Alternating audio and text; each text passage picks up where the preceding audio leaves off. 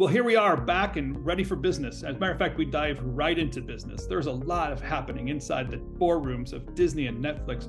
There are people moving and shifting and new business plans, and honestly, things that are breaking. So what better than to talk about it in Hollywood Breaks? Enjoy the episode. Happy New Year, Keith. I can't believe we're already into the 2023 year and this is our first episode. But I know. Happy New Year, Tim. Finally be launching this for us. Well, we did do several, we did 3 in a row when the entire town of Hollywood was basically shut down. So, we earned a few days off. We did. And more than that, you not only did you earn the days off, you actually took the days off, didn't you? You've been in Disney World for the last Yes, yeah. I went to Disney World for a few days over the Martin Luther King Day weekend, and it was a fantastic trip. I've always been a big Disney fan. I loved going there as a kid. This was my 5th trip to Disney World.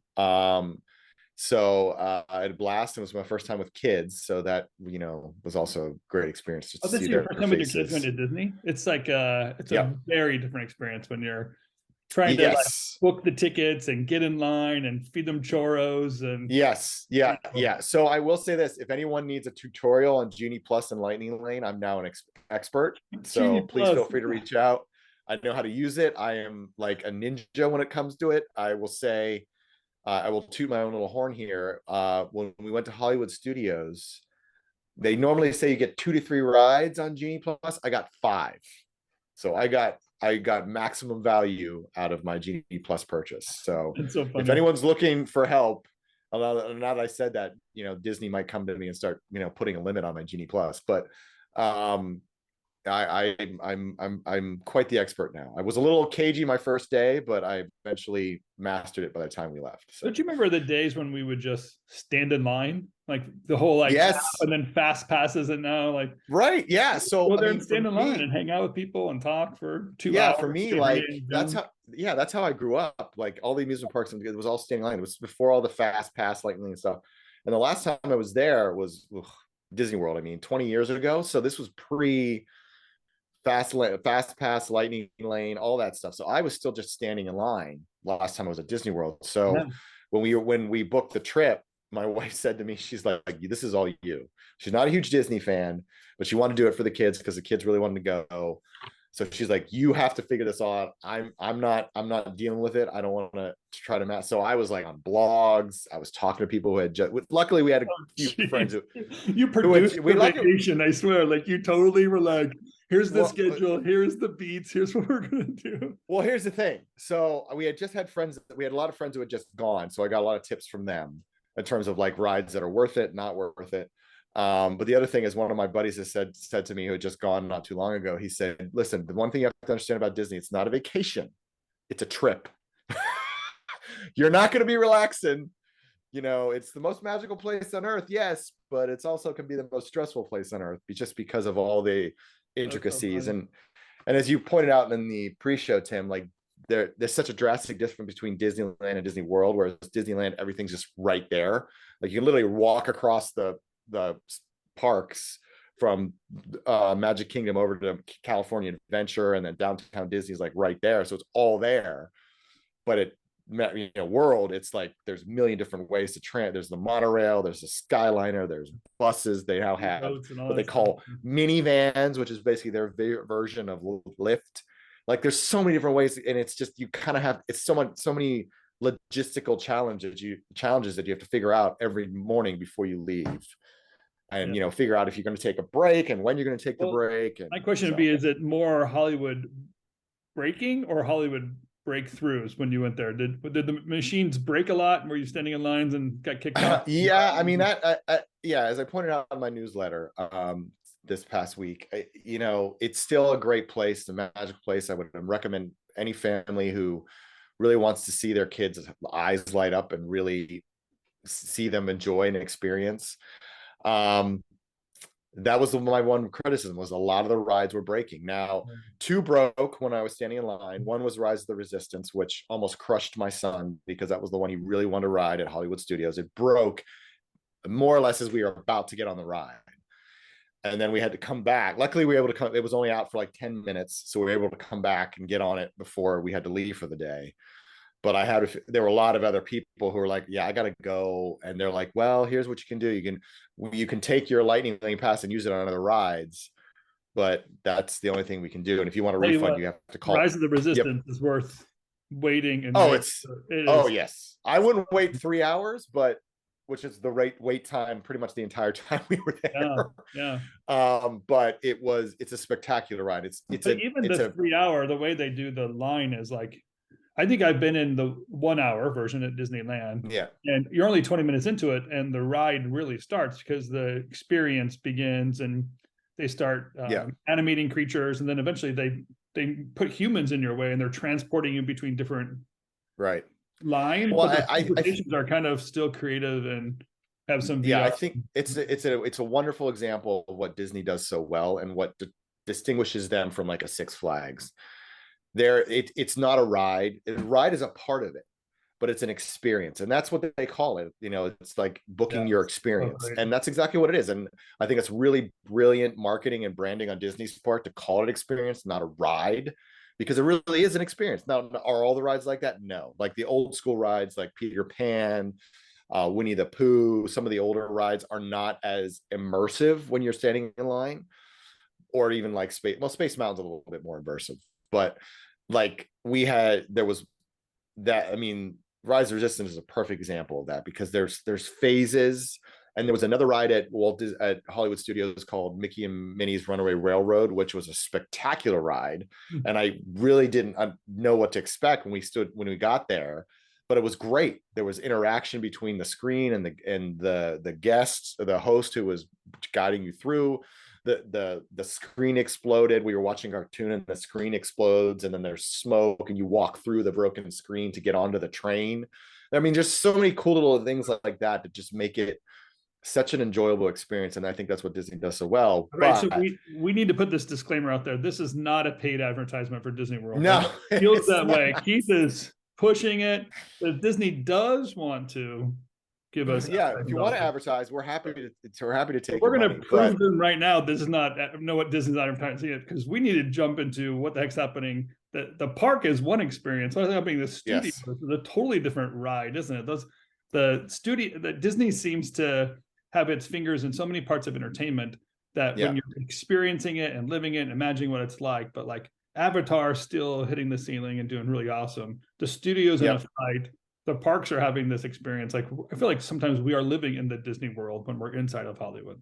Yeah, I mean, I think a lot of what Disney's going through right now, I mean, if you ask, I mean, could you imagine 5 years ago that Disney would be having the struggles they're currently having? Now, granted, 5 years ago, none of us could predict that there would be a global pandemic that would shut down all of their businesses, especially the parks, which is their core revenue driver. And I think a lot of mistakes were made in the run up to the pandemic, and certainly after the pandemic. Obviously, I think one of the big ones Chapek made was he was using the parks to sort of dump cash into streaming, with now really presenting a road to profitability, rather than just saying we're going to make money by 2024 versus actually showing a plan of how you're going to make money in 2024. And I think they hurt a lot of their loyalists by the park experience sort of starting to crack a little bit. I mean, I read a lot, as I said, on the Disney blogs, and there were a lot of people complaining about rides breaking down. There was one meme there was one video that went viral where people are on Splash Mountain and they literally have to get out of the ride because their boat is sinking in the middle of the ride. There's a metaphor for you right there. Yeah, exactly. And then there was someone else who was on a Little Mermaid ride, and they took a picture, and like Ariel's tail was broken off, and it was like, it's little things like, and then the Disney prides themselves. To be like every light bulb worked. Like it was like, listen, and in a lot of ways, the experience is still flawless. The parks are beautiful. They're clean. The bathrooms are immaculate, which is saying a lot given how many people run through those. Right. Yeah. You could be like, any sports stadium in the world could take a lot of examples from how clean Disney's bathrooms are. Wow. But you take the other side of it. And, obviously, some of our viewers may be familiar with the proxy fight that's currently going on between Nelson Peltz, who's the partner of Trinity and Fund Management, and the board at Disney. Essentially, Nelson is saying Disney is not running their business the best way they can, and Bob Iger and his board are saying, wait a minute, that's not really how it's going, and you don't really know what you're talking about. So So there's let's a lot back of up a that back. second just here, Yeah. because it's a interesting thing that is happening. So in the Disney, overall corporate world, there is like all Mhm. these transitions taking place, and clearly the Yeah. Chapek transition was one no one expected, although probably a lot of people are happy it's happened, are Yeah. happy it's moving forward. Right. But going back to Iger is clearly not something of progress. There's a lot of pressure now in the corporate Yeah. world saying, what is the future of Disney going to be? What are we investing Mhm. in? How do we get there? But Yeah. this VC fund guy shows up when the stocks drop because of the transition, and he scoops up a lot of shares, basically an Right. info. He knows what he's going to do. He's kind of, in a way, doing a hostile takeover of his own sort of. I'm going to buy into this thing, and I'm going to create a bunch of noise and move his own VC fund up there. Yeah. So he Yeah. did that. He basically started creating some noise, and the fair weather fans of Disney are now kind of trying to figure out, well, who has the better plan?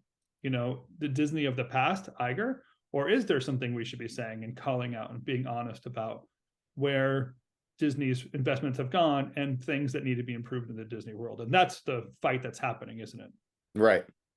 Yeah. I mean, so, Nelson is essentially saying that Disney's not doing what Disney should be doing. And, Disney pushed back hard on a lot of the claims that Nelson made in his Bring Back the Magic deck that he made public when he announced that he was going to push for a board seat.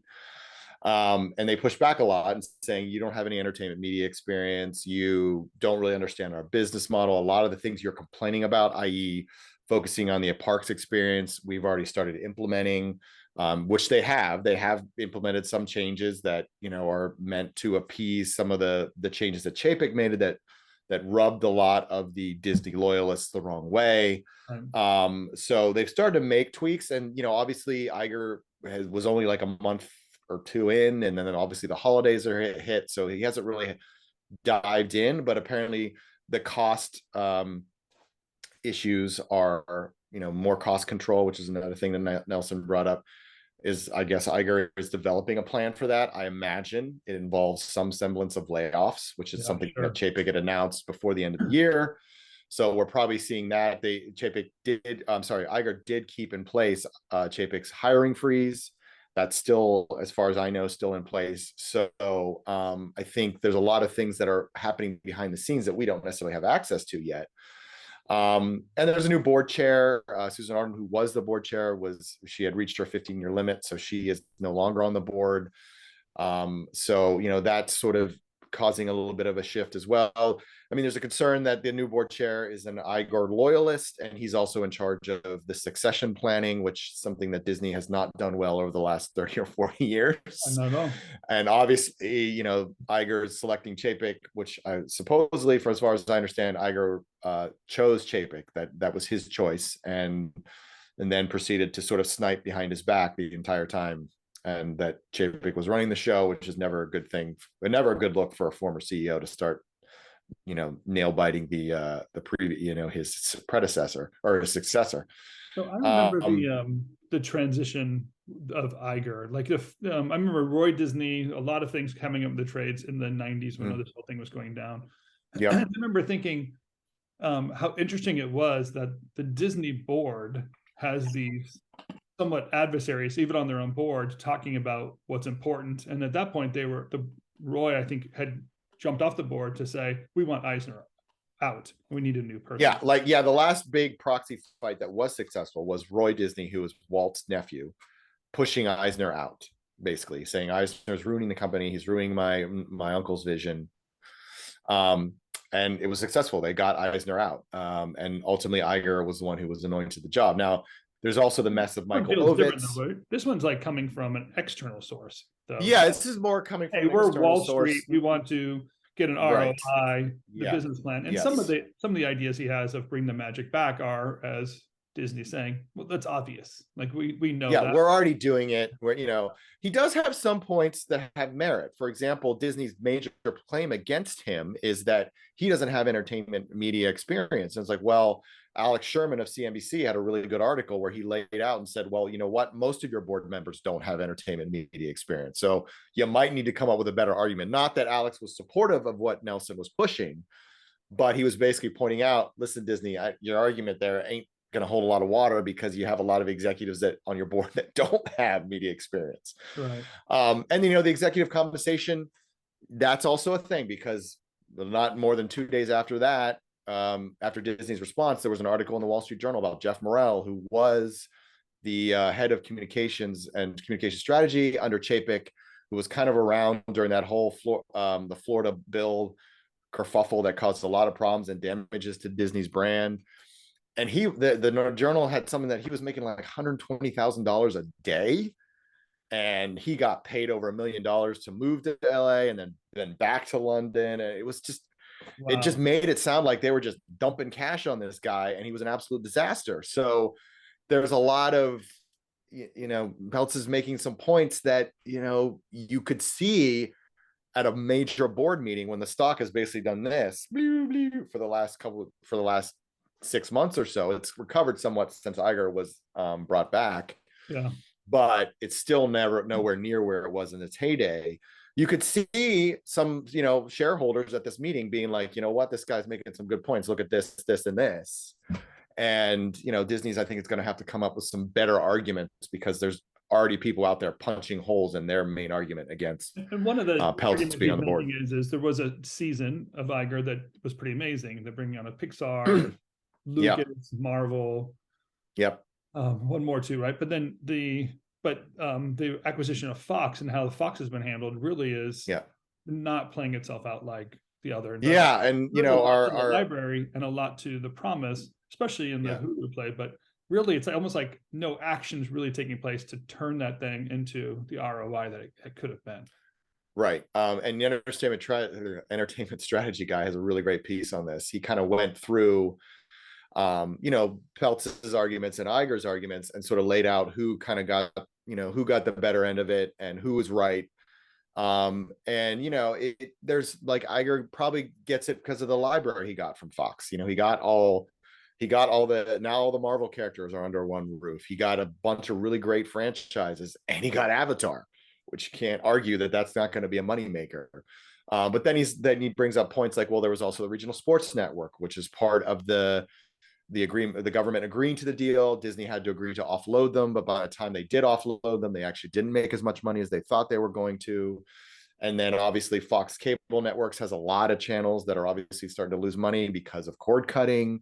So those two kind of go in Peltz's favor. And the other thing is, you have to look at Hulu. Like, so what's going to happen there? Do they buy Hulu, and how does that look? And where does that end up? Does it end up on a Disney Plus? Because it doesn't really fit the Disney brand.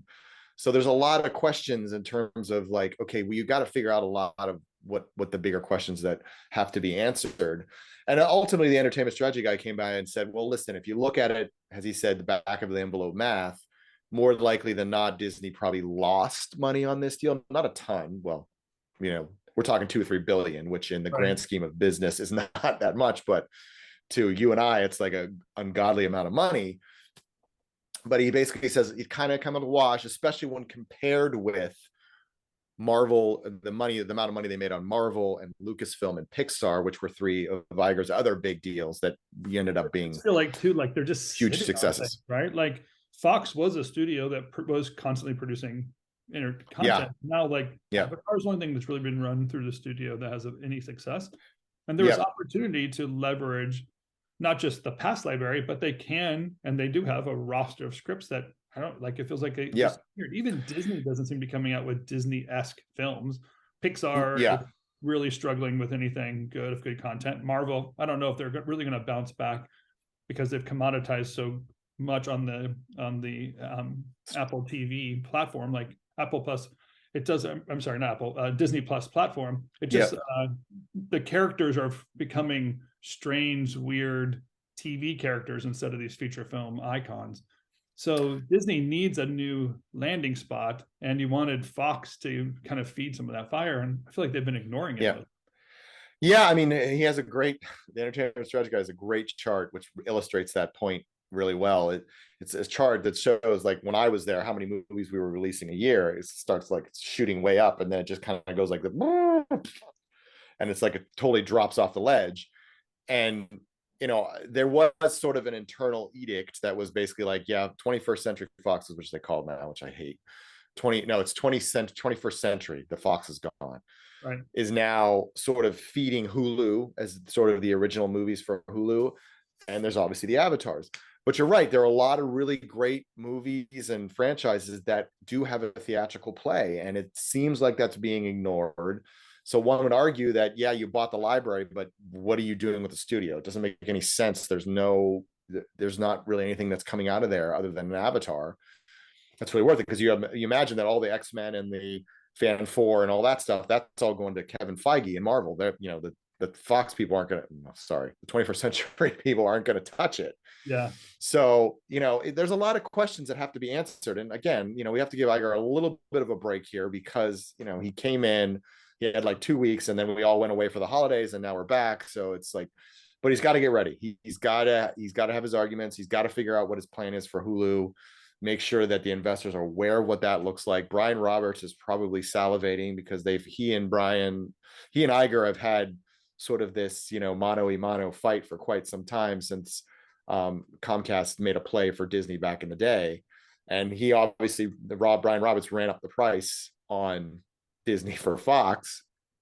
So, there's obviously, he's probably, doing his Smithers like, excellent, waiting for to see what he can do with the Hulu. So, I mean, it's going to be an interesting play. And I think, listen, there's no one who can't look at Bob Iger's career and say, okay, this guy knows what he's doing. It's like Jim Cameron. You never want to bet against him, even if the odds look like they're not in his favor. Given Iger's track record, it's hard to make the argument. A good team of people that have been around him. Yes. Knows what he's doing. Yeah. Yeah. I feel like this is really like the Hollywood Breaks business episode. Yeah. Into the business.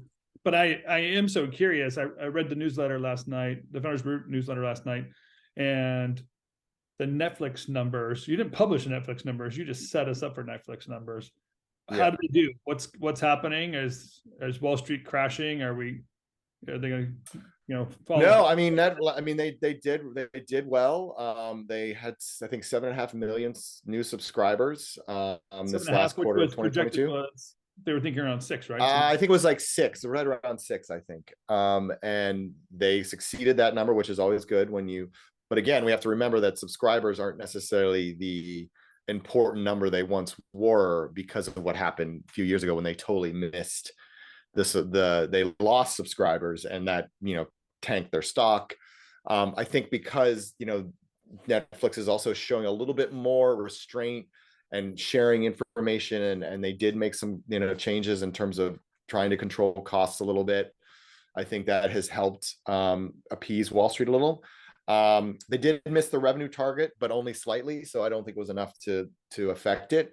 Their average revenue per user dipped slightly, not a ton, but it'll be interesting to see how the ad tier. Not better, but not as bad as everyone thought. Therefore, not the help. Yeah, I mean, I think it's the second straight quarter that it's dipped. It dipped like 14 cents, which is not, obviously not a disaster. But with the ad tier launching and more information coming in about that, it'll be.